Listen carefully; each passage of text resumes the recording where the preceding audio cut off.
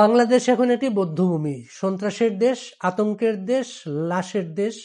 বাংলাদেশে প্রতিদিন হত্যাকাণ্ড ঘটছে, প্রতিদিন হত্যাকাণ্ডের শিকার হচ্ছেন আওয়ামী লীগের নেতাকর্মী সমর্থকরা, ছাত্রলীগের নেতাকর্মী সমর্থকরা, তার পরিবারবর্গ। বাংলাদেশে এমন অরাজকতা তৈরি হয়েছে, আপনি কাউকে হত্যা করে আওয়ামী লীগ বলে চালিয়ে দিতে পারেন, ছাত্রলীগ বলে চালিয়ে দিতে পারেন, আপনার নামে কোনো মামলা হবে না, থানা মামলা নেবে না, আপনার পক্ষে কোনো আইনজীবী দাঁড়াবে না, কোনো আইনজীবী দাঁড়ালে তিনি আক্রমণের শিকার হবেন। বাংলাদেশে এই অরাজক দেশে বাংলাদেশে সেই জুলাই থেকে অক্টোবর পর্যন্ত আমরা কিছু পরিসংখ্যান পেয়েছি। এই পরিসংখ্যানের মতে অক্টোবর থেকে জুলাই পর্যন্ত এখন পর্যন্ত ৩৮৯ জন আওয়ামী লীগের নেতাকর্মী সমর্থক হত্যাকাণ্ডের শিকার হয়েছেন। এদের মাঝে জুলাই মাসে ৩০ জন, আগস্ট মাসে ৩২৫ জন, সেপ্টেম্বরে ১৩ জন, অক্টোবরে ২১ জন নিহত হয়েছেন। এই নিহতের পাশাপাশি যে আহতের বিশাল একটা সংখ্যা, সেই সংখ্যাটা সংকলিত আকারে মিডিয়ায় নেই। অক্টোবর পর্যন্ত যা আছে তা বিচ্ছিন্নভাবে এসেছে।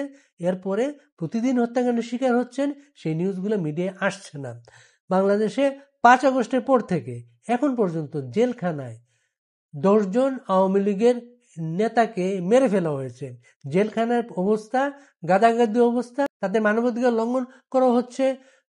জেলখানায় তারা মানুষ হিসেবে কোনো অধিকার পাচ্ছেন না, তাদের মানবাধিকার লঙ্ঘন করা হচ্ছে এবং তাদের ন্যূনতম নাগরিক সুযোগ সুবিধা থেকে বঞ্চিত হচ্ছেন। এটা শুধু আওয়ামী লীগের নেতাকর্মী না, যত সাংবাদিক গ্রেপ্তার হয়েছেন, যত মুক্তিযুদ্ধের পক্ষের লোকজন গ্রেপ্তার হয়েছেন, সবাই একটা বিরূপ অবস্থার মধ্য দিয়ে সময় পার করছেন। কারণ বাংলাদেশে ক্ষমতায় বসেছে পাকিস্তানিরা, তাদের বংশধররা, যারা মুক্তিযুদ্ধের পক্ষের শক্তিকে হত্যা করছে, দাবড়ে বেড়াচ্ছে, অবদমন করছেন।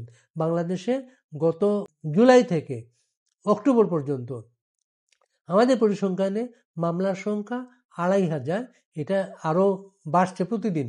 এই ২৫০০ মামলায় নাম উল্লেখ করে ৪,৫০,০০০ জনকে আসামি করা হয়েছে, আর নাম উল্লেখ না করে আসামির সংখ্যা ৭ লাখের বেশি।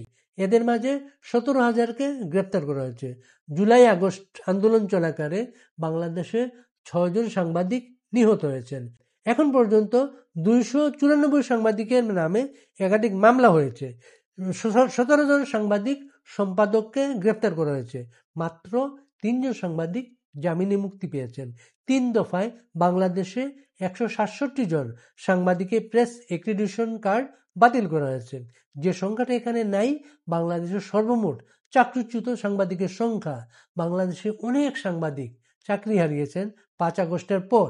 নানা ট্যাগ দেওয়া হচ্ছে, তাদের দীর্ঘ পেশা জীবনকে অবজ্ঞা করে তাদের হত্যা করা হয়েছে।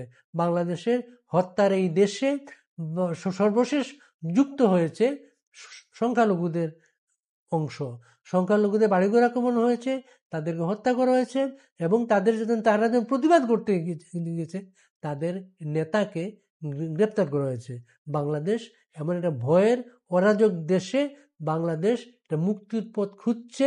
বাংলাদেশ যে কোনো সময় বিস্ফোরিত হবে, কারণ এত হত্যা, এত নৈরাজ্য বাংলাদেশ কখনো প্রত্যক্ষ করে নাই।